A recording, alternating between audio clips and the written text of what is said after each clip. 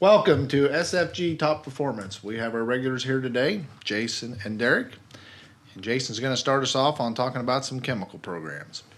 Yes, we've as everybody knows, and is a little depressed with all the cool, wet weather we've had the last several weeks. And, the calendar says it's time to go and we should have a lot of crops in the ground and have everything sprayed, but that isn't the case anywhere. We haven't been able to get in the fields, and it's been too cool to spray a lot of our pre-burn downs. Even if we could get in there, I've seen a lot of them that were sprayed that aren't dying. It was too cool, too wet, and so there's going to be some issues there, I believe. I think as it dries up, we're going to have to look at our fields, and I think we're probably going to have to add some Roundup probably to some of the situations we hadn't planned on it. There's some grass that's starting to emerge.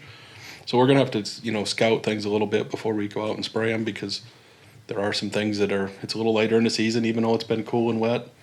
Like I said, there's some grass starting to here and there, and some things some of the weeds are getting a little larger, so we might have to, add some extra chemicals or change the program just a little bit to make it work. But it still is vital to get that pre-emergent on.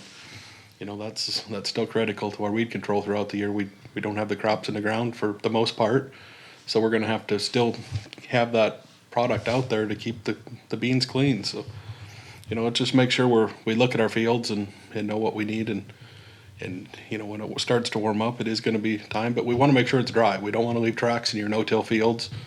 You're wanting a good seed bed, so you want to make sure it's right for yourself, and there's going to be a lot to do. So it's going to be a struggle, but it's going to happen. It'll get done, and we just need to make sure that we do it right, so we aren't fighting it all summer. And Derek, you have some things with corn with the cool wet weather we've had as well.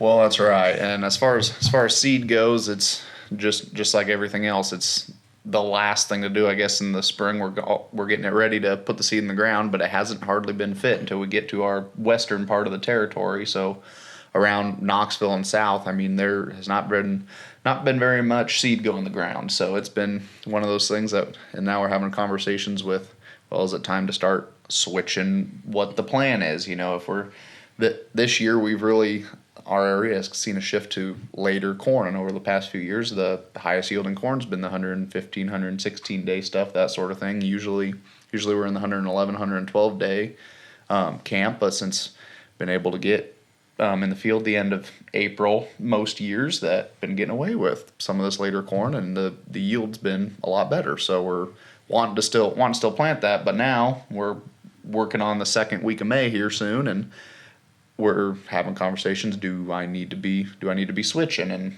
right now we haven't missed out on any growing degree days, and the season will it'll get warmer, and we're so there's still a lot of time. Obviously there's still a lot of time left, and really until we get to that last week of May, maybe the third week. I wrote a date down, May 23rd. That'd be the almost the last week of May for us before I'd really start switching hybrids. I know, and then we'd probably only want to switch our latest ones, the 116 day stuff, to a little bit earlier. But I wouldn't go down to the really early stuff. I mean, it's not June yet. We don't need to be planting 103 day corn and that sort of thing. And there's still with the crop prices right now and the input prices, we need to capture as many bushels as we can, and that might mean letting it wait out in the field a little bit if you want to dry it out in the field, or that might mean harvesting corn a little earlier, and you get the most bushels if you're harvesting 18 to 20% corn. And when you put the numbers to it, even with the cost of propane, drying it down versus waiting for it to be dry in the field and subject to shatter loss or subject to it going down, that sort of thing, it's almost always money ahead to dry that 18% corn. Now we don't want the worst to happen, to be where the really late stuff isn't black layered, and then we can't get it below 25%, that sort of thing. That's happened before, but it's one of those things that there's still a lot of yield. There's going to be yield potential out there, and we don't want to switch to something way early just because of the calendar date and sacrifice 20, 30 bushel at the end of the season, because that's going to be the way the crop prices are right now. That's a huge difference. So it's still worth going after big bushels, in my opinion, and we're not too late. And as far as soybeans go, I would almost not even worry about switching those maturity, because even once we get late, we want to still plant full maturity soybeans because we got to extend that season to get higher yielding beans. I mean the early maturities they're only going to get so tall before they put flowers on and start putting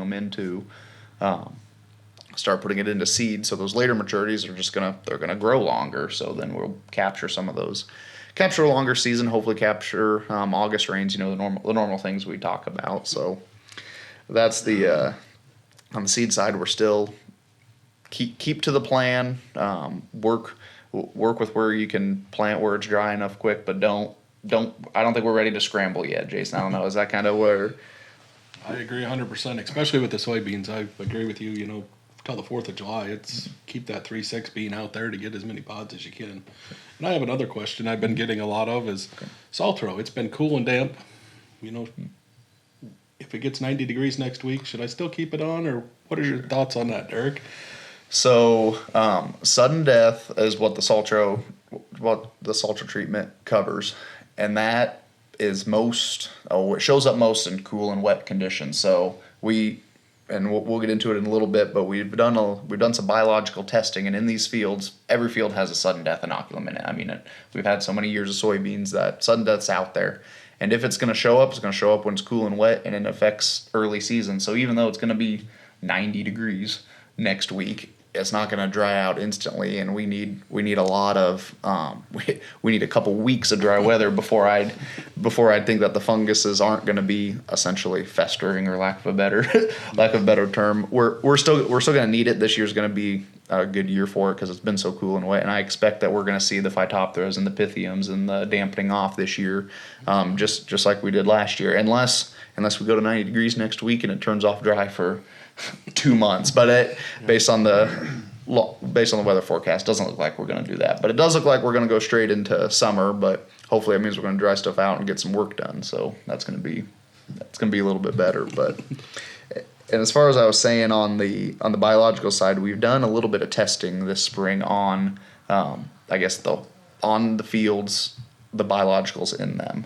We talk about biological products a lot, where we sometimes see inconsistent results, haven't figured out the exact best way to apply them or the exact best timing, that sort of thing. So what we did is we kind of took a step back, found a company that actually tests biological products in the fields, and we took 5 fields, did some testing on it, and got a whole bunch of information that we're trying to decipher and get through. But the biggest points from it that I took was, like I said earlier, sudden death syndrome. There's a high risk in every single field that we have. So that's one of those things that it's a matter of, we can't always predict when it's going to show up, but it's always there. So that Saltro treatment or that seed treatment's a really good insurance policy for it, because it costs less than a bushel now the way it is. And if sudden death takes hold of your field, it will always pay for itself. So that's really important thing we're promoting. Another thing that kind of stood out to me that surprised me a little bit was there's a section for soybean nitrogen fixators. And what that is saying is that these fields have a low amount of nitrogen fixators in them. So meaning that they're not going to produce as much nitrogen for the plant. The nodules aren't going to get as big, where they don't have as much bacteria in there for the soybeans to produce that nitrogen. And that really surprised me, because as I was taught, where you don't need the inoculant if you're doing a corn soybean rotation. So, but to have these levels that are actually low in the inoculant, I was a little surprised. So we're going to do some testing on it and see if we need to be spending more time putting inoculant on soybeans this year. Going to do some side by sides with a product to put the bacteria out there and see if it makes a difference. And that's, hopefully we won't see those early season yellowing in beans that we sometimes see in years like this when it's wet. But that's one other new thing we're going to try this year. But Charles, what has been going on in the application world? Well, the month of April, we seemed to get quite a bit of work done. What time we had, a lot of fertilizer, a lot of dry fertilizer went on, a lot of super grow, a lot of anhydrous. I'd say for the most part, anhydrous in our area is about done. Down south, they're probably a little over half done. It's just, like I said, it's been wet, and it's got to dry up one of these days. So We're in pretty good shape. We've been trying out some sprayers. Everything finally got water and everything. We finally got everything tested, field ready. Nozzles checked. You know, you do the check where you got to check each individual nozzle. It's not as simple as just saying, "Yep, looks good." You know, to look at it, but you actually physically check them. The floaters, we got an extra floater to some backup sprayers to make sure we got plenty of spray power. You know how it is going to be those days where everybody's going to be hollering, and we've already experienced that a few times this year. So, for the most part, we're ready. We're confident that we're ready to go. It's just make it dry up. So, seed, you're getting along good and getting seed out. I mean, everything's. For the season we've had so far, we're in pretty good shape. So. Had plenty of time to do that. That's been the only saving grace on the seed side. That nobody's had to wait because nobody's been planted anything in April. So that's one thing that's nice. Silver lining, I guess. Pretty easy to stay ahead of them. Yep. So, all right. Well, I want to thank you for joining us for SFG Top Performance. We'll see you again in 2 weeks.